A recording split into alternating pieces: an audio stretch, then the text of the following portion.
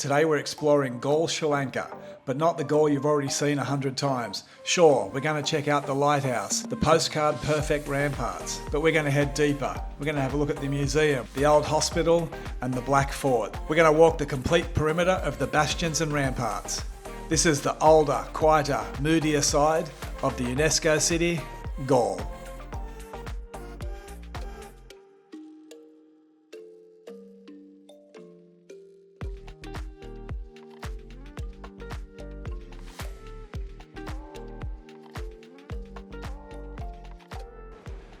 So what I thought I might do today is split the city up into three. Have a look at the fort, the bastions and the ramparts, and then have a look at the city itself, the cobbled streets, the small lanes, the restaurants and cafes. And then once that's finished, cross through the gates of Galle Fort and into the old city. If you wanted to walk around the ramparts, there's a nice walking track on top. It's well worn, it's had a few 100,000 people walk on it, but it is an easy walk around.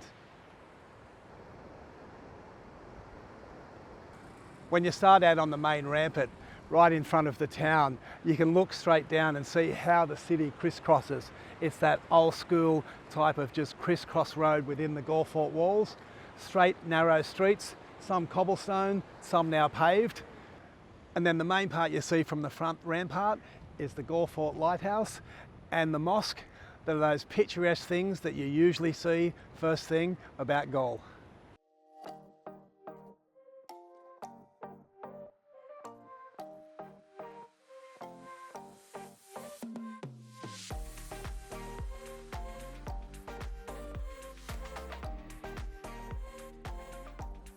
As I've said a few times, looking straight into the sun, as I've said a few times travelling around Sri Lanka, these UNESCO World Heritage Sites, I think Sri Lanka's got them right. There is a cost to get into most of them. Not here, there is one for the Maritime Museum, but there does seem to always be work and restoration going on with all these buildings. I think Sri Lanka values what they've got and is looking at preservation. I think the lighthouse might be the next one that needs a paint job. The lighthouse itself was built in 1938. I'm not big on research, it's actually written on the bottom of it. But it actually is still operational. Overnight we sit on our balcony and we watch the lights go round on the city. Although like anything that's had to stand the test of time, there is a few bits that you will have to scramble up and down, but they're not too bad. It's 8:30 in the morning and it's already quite hot here. We've had a bit of bad weather this week, as you know. There's been a cyclone that's come through Sri Lanka, but today, nice and lovely, but the crowds do start to get here around that 10 o'clock mark and this area will be very busy, and then once you get to sunset, it's packed down here. Just behind the lighthouse, you'll find the local beach. You come down here, especially on a Sunday, you'll see lots of locals. It's a very nice, clean beach, great for swimming. One that a lot of people don't actually use, or a lot of tourists don't actually use. If you've got a drone and the approval to fly in Galle as well, this is the perfect place for takeoff because it's on the right side, away from all the military stuff, and you can get a good view straight away of the lighthouse. Let's put it up in the air.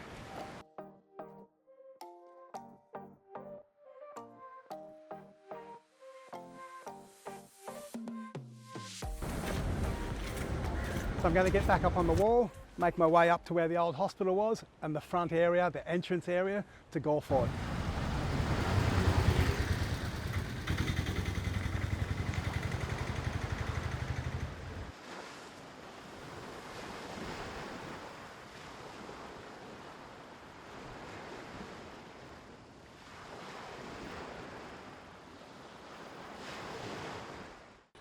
As you walk around, you'll eventually run into the old hospital, which is now the venue for about 5 or 6 restaurants downstairs and the same amount upstairs. It's really good for lunch, and even of an afternoon, there's sometimes some music here. You can watch the sunset, although you don't actually get to see the sun, but it is a very nice venue just to sit and while away some time in Galle.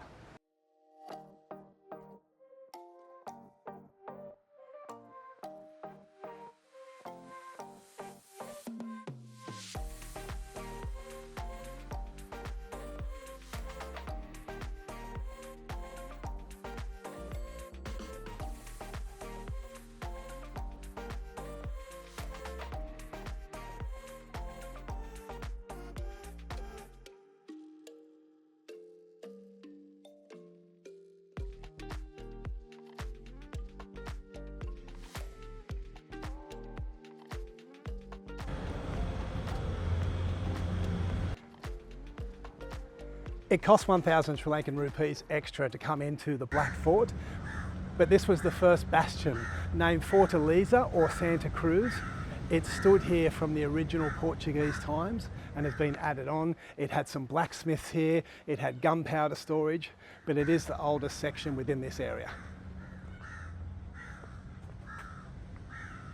Yeah, this is a very specially this place. Portuguese first landing in here, first construction start in here. The original fort built by the Portuguese, the Black Fort, presently called Black Fort, was named Fortaleza or Santa Cruz. The original fort built by the Portuguese, Black Fort. Very special this place.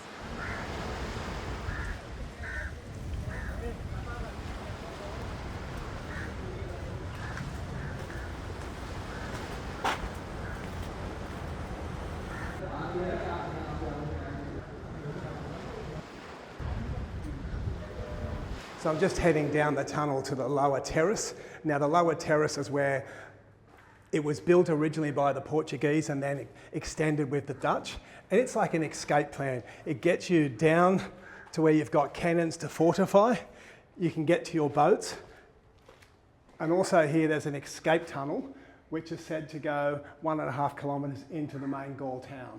You would also have here soldiers that would stay down in this area, and you've got gates that can be collapsed and brought straight down from above so that nobody could get in if there was people storming the gates. So this part here is the original Portuguese fortress, and then this section here was expanded upon by the Dutch. So once upon a time, from here you would step straight down to the beaches area, but now you walk out to this fortified area with cannons where you can see all of the harbour and anything coming in from the ocean. Morning guys, it's a very specially this place, the original fort built by the Portuguese, the Black Fort. In here, a very special 1580 Portuguese first time, 1505 Portuguese first landing at the site. Portuguese landing area, old harbour with 8 cannons plus bastion. Very specially Black Fort, the original fort built by the Portuguese 1544. They was very specially, presently called Black Fort, was named Fortaleza or Santa Cruz. Very special.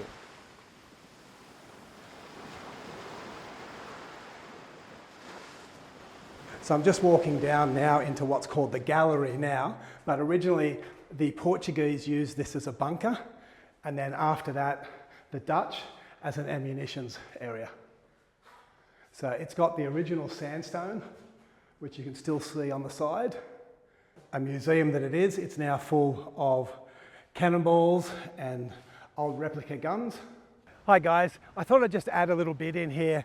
As you know, I've been all the way around Sri Lanka now, and I've been to a lot of the UNESCO sites and other museums and heritage places. They don't really have much of a sign out the front here of the Black Fort. It's just got tickets. I think they should have a sign that says 1,000 rupee. That way you'd know exactly what it was. I think a lot more people had come in. The guide I spoke to said 3 people have been in today. And I think this is probably one of the most significant parts of this UNESCO area. I would pay the $5 in a heartbeat and come up and just have a look at the Black Fort. There's some spectacular stuff here, and there's also a great view out over the harbour and the rest of the Galle area. $5 Australian, you know, you're probably talking $3 US, a couple of pounds.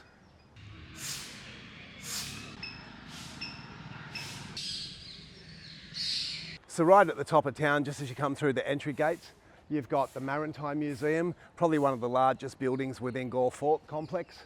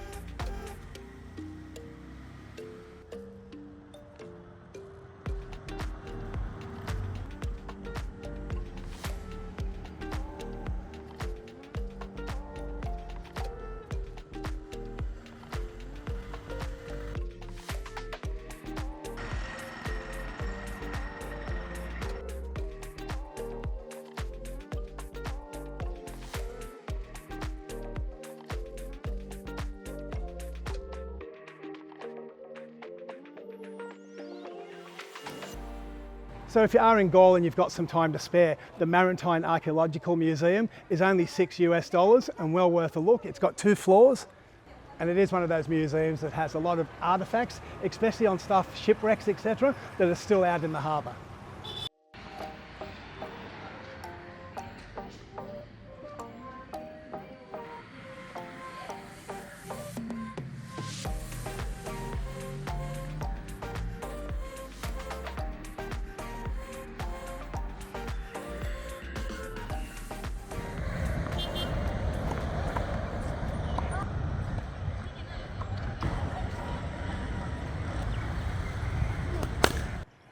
One thing I've noticed as I've gone around Sri Lanka, and especially here in Galle, any piece of dirt, any piece of grass that's available, there's cricket being played. Down on the beach, up here in the corner of the fort, there's always kids, male and female, out playing the national sport.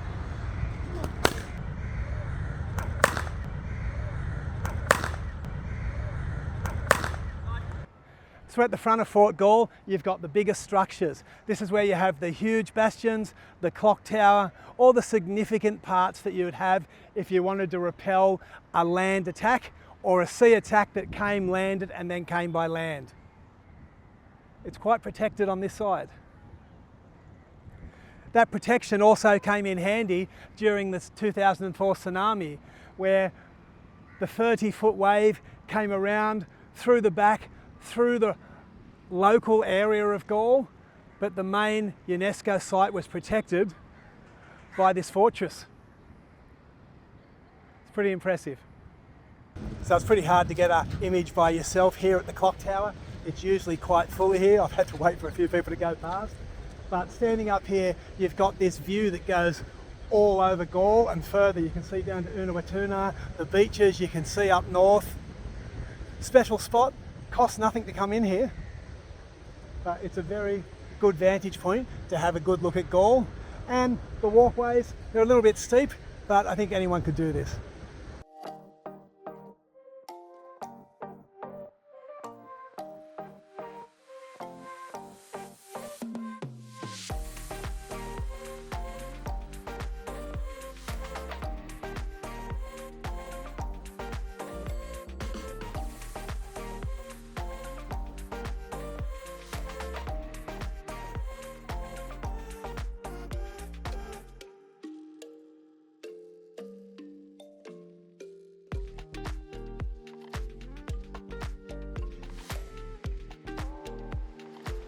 Okay, let's be honest, leave a comment if you agree or disagree. If I was doing a vlog on best walkways or best jogs around somewhere, I think a lap around Galle Fort, especially during the morning on a nice sunny day, would have to be up there. It's unique, it's something special, and you're running around a bit of history. This is absolutely amazing. Like that you can come in here, UNESCO site, hasn't cost a cent, and you get to walk around here freely. If I was you doing a trip to Sri Lanka, Galle's definitely got to be on your list.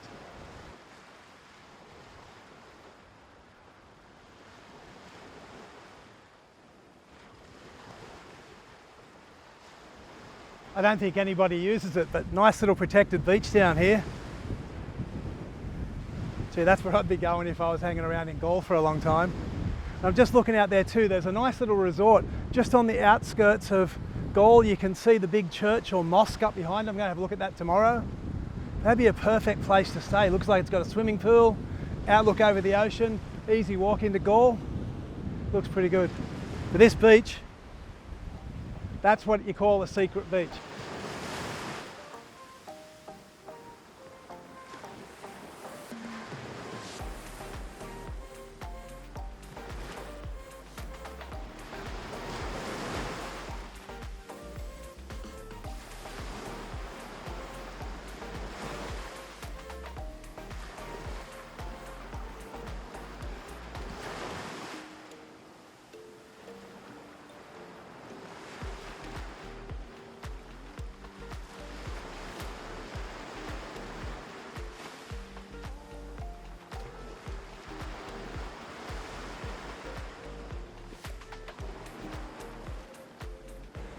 One of the things that's most evident here is the amount of coral that's been used to build the fort.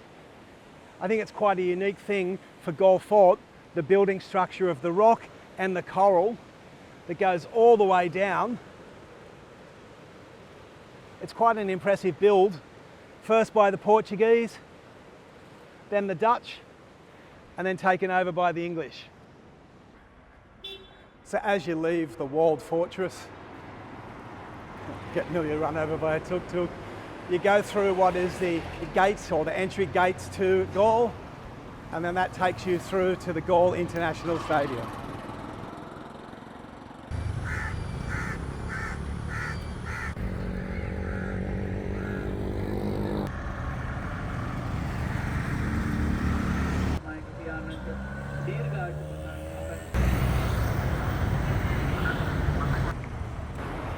If you're coming by train or bus to Galle Fort, it's quite easy. Train station right here, and then right next to it, little bridge, but you can walk on the road, and you've got the bus stand right next to it.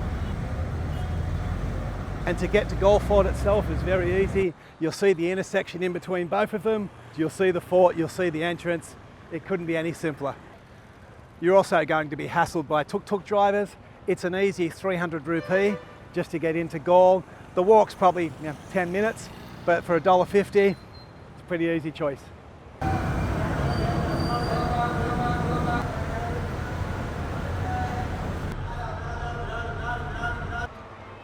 So if you've just got off the bus, you're just getting on the train, whichever way you're heading, plenty of food options, shorts, rice and curry, all just behind the bus stand. I think you could take a day and easily wander the back streets of Galle. I think the perfect stay here is probably about 2 days. It's an even walk. There's a couple of little hills, but the paving's very good, or the cobbles in some areas. But it is a gentle, easy walk to get around. There is tuk-tuk drivers here that will drop you off, give you that little tour of the city if that's what you prefer. But all in all, easy city to walk around. Spend a full day here, get into those rural back streets. Tip for me, start in one of the corners and just crisscross, get the map, go north to south, then east to west. Have a look at all the streets because there's some little gems in all of them.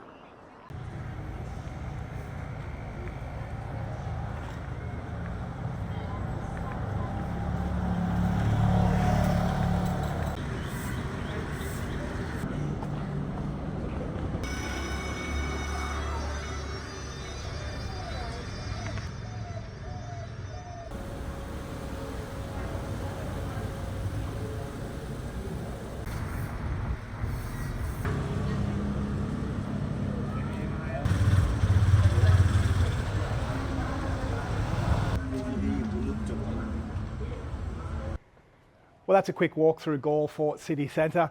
There's a lot to see here. I haven't done it justice. You'll have to come here yourself. Motorbike. But there is a lot to see here. Definitely a 2-day visit. We'll see you on the next stop.